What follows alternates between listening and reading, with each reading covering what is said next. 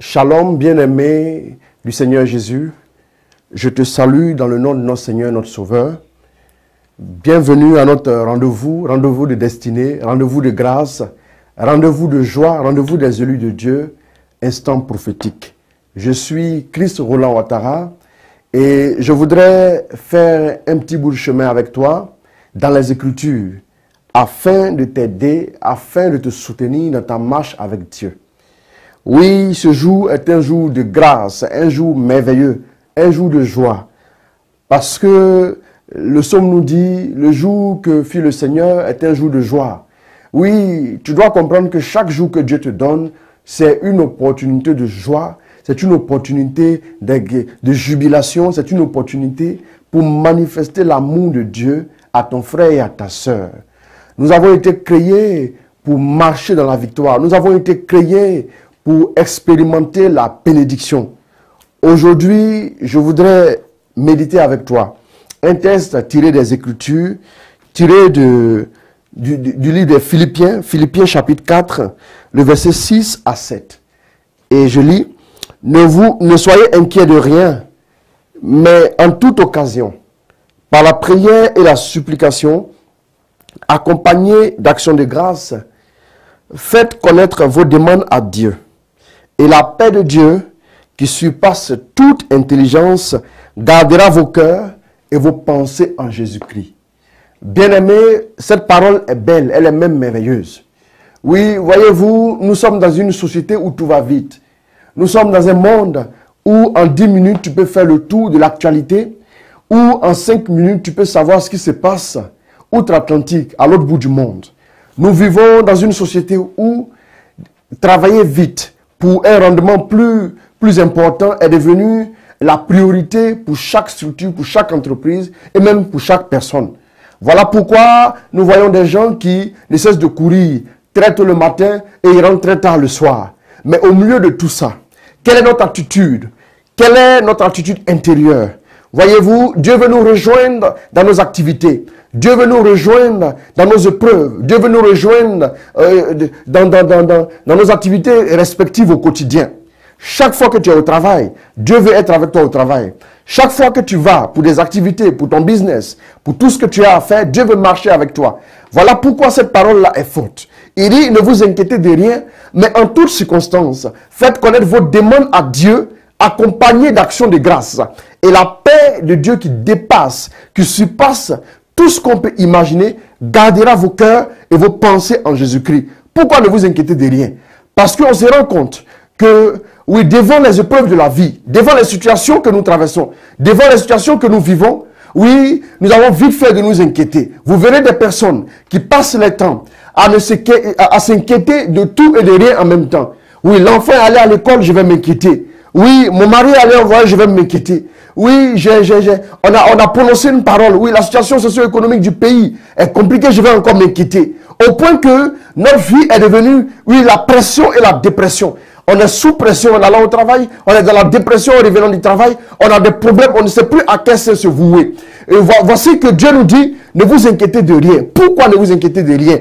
Parce que, bien aimé, il faut qu'on sache que si nous voulons voir Dieu agir dans notre vie, si nous voulons voir Dieu se manifester, oui, il y a longtemps que tu pries, il y a longtemps que tu jeûnes, tu as même offert ta situation au Seigneur, tu as présenté ce que tu vis à Dieu, mais voici que la situation ne change pas, tu ne sais pas pourquoi, tu ne sais pas qu'est-ce qu'il faut faire.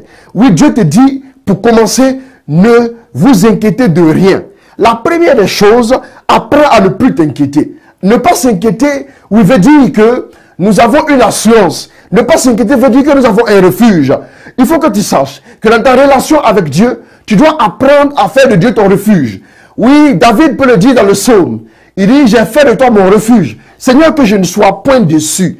Il faut que tu saches une chose. Tous ceux qui ont fait du Seigneur leur refuge n'ont jamais connu de déception. Avec les gens pour soutien, avec les gens pour appui, avec les gens pour partenaire, il arrivera des temps où la déception te viendra. Parce qu'un homme peut prendre une résolution. Un homme peut décider de t'accompagner. Un homme peut décider de t'aider, mais il arrivera un temps où il ne pourra pas. Parce que quand un homme est à Boaké, il ne peut pas être en même temps à Abidjan. Il ne peut pas être à Paris, il ne peut pas être en même temps à Rome. Quand quelqu'un est quelque part, il est limité dans le temps et dans l'espace. je t'informe que celui qui peut tout, celui qui dit qu'il a le pouvoir, il a le pouvoir de marcher sur les serpents et les scorpions, celui à qui rien n'est impossible, te dit que ne vous inquiétez de rien. La première chose, apprends à ne plus t'inquiéter. Je ne sais pas quelle situation tu as traversée. Je ne sais pas quelle épreuve t'accable. Je ne sais pas quelle difficulté tu traverses. Oui, peut-être qu'on t'a laissé tomber. Peut-être que tes espoirs ont été différés. Peut-être que oui, des personnes avec qui tu t'es engagé ont fini par te lâcher. Des partenaires sûrs qui t'avaient promis fidélité, qui t'avaient promis intégrité, ont fini par te lâcher. Je t'annonce que ne t'inquiète de rien. D'abord, dans un premier temps, garde confiance en Dieu. Ne t'inquiète de rien. Ne pas s'inquiéter veut dire que nous avons confiance en Dieu. Ne pas s'inquiéter veut dire nous nous reposons en Dieu. Oui, il dit en Isaïe 30, verset 15, votre force réside dans le calme et le repos. Votre force réside dans le calme et le repos. C'est quand tu gardes confiance, c'est quand tu n'es inquiet de rien que Dieu peut commencer à agir.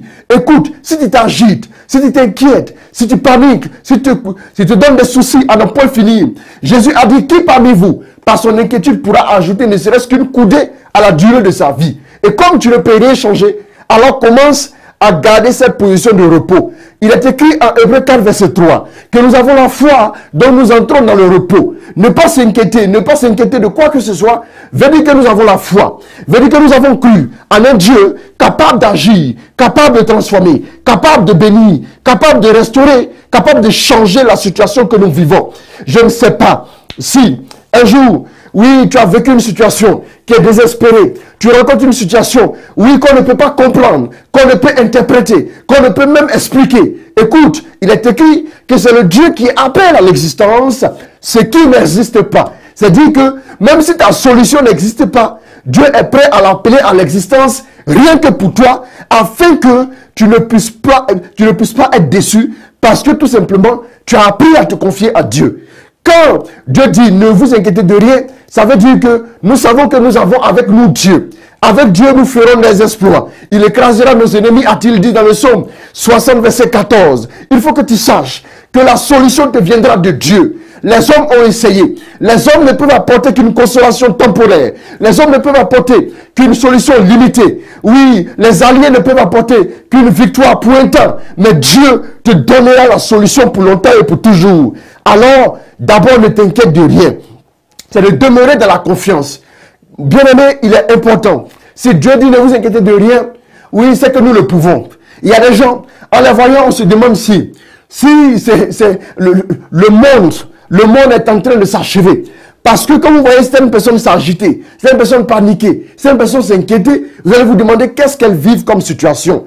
Oui, pour une petite situation, pour juste un mal de tête, on est inquiet, on se pose des questions. Oui, on en vient même à dire, est-ce que moi-même Dieu m'aime? Est-ce que Dieu me voit? Est-ce que Dieu entend mes prières? Il n'y a personne sur la terre, il n'y a personne de ce quoi, qui soit créature de Dieu, ou qui soit enfant de Dieu, que Dieu ne puisse pas entendre. Quels que soient tes péchés, quelles que soient, oui, les situations qui te troublent, quelles que soient les angoisses, quelles que soient les inquiétudes, Dieu dit ne t'inquiète de rien. Apprends à le faire. Ne pas s'inquiéter ne veut pas dire que tu es irresponsable, mais ça veut simplement dire que tu as mis ta confiance dans la responsabilité de Dieu. Parce que le Dieu que tu pries, le Dieu que tu invoques, c'est tes limites. Il connaît ta faiblesse. Il a décidé de te donner la victoire. Alors la victoire te viendra quand tu vas apprendre à te reposer en Dieu. Ne t'inquiète de rien.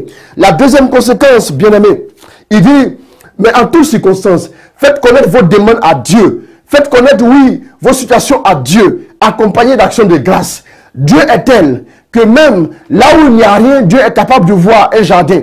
Oui, au désert, Dieu est capable de voir un jardin. Voilà pourquoi il dit en Isaïe 35, oui, le pays de la soif sera appelé le pays de la source. Ce qui veut dire que là où il y a l'échec, Dieu déjà, avant de commencer, voit la réussite. Là où il y a la faiblesse, Dieu voit la force. Joël 4, verset 10, a-t-il dit que désormais que celui qui est faible dise je suis fort. Pourquoi? Tout simplement parce que nous devons nous projeter dans une logique d'accomplissement, dans une logique de foi. Vous savez, dans le règne de ceux qui arrivent à dominer sur ceux qui ont la foi. La Bible dit en 2 Corinthiens 5, verset 7, que nous ne marchons plus par la vue, mais nous marchons par la foi. La foi a plus, oui, obtient plus de résultats que nos yeux. Tu peux voir quelque chose, mais c'est ce que tu vois aujourd'hui peut disparaître demain. Mais la foi, oui, peut voir quelque chose qu'on ne voit pas aujourd'hui, mais qui se manifeste demain. Je te dis, il est temps que tu commences à confier ta situation à Dieu. Bien-aimé, tu ne peux pas avoir en même temps un bagage sur la tête, en même temps, et avoir le même bagage sur la tête de quelqu'un d'autre. Si quelqu'un te dit je vais t'aider, et que tu poses ce bagage-là sur sa tête, alors le bagage ne peut plus être en même temps sur ta tête. Pourquoi? Parce que la personne t'a déchargé.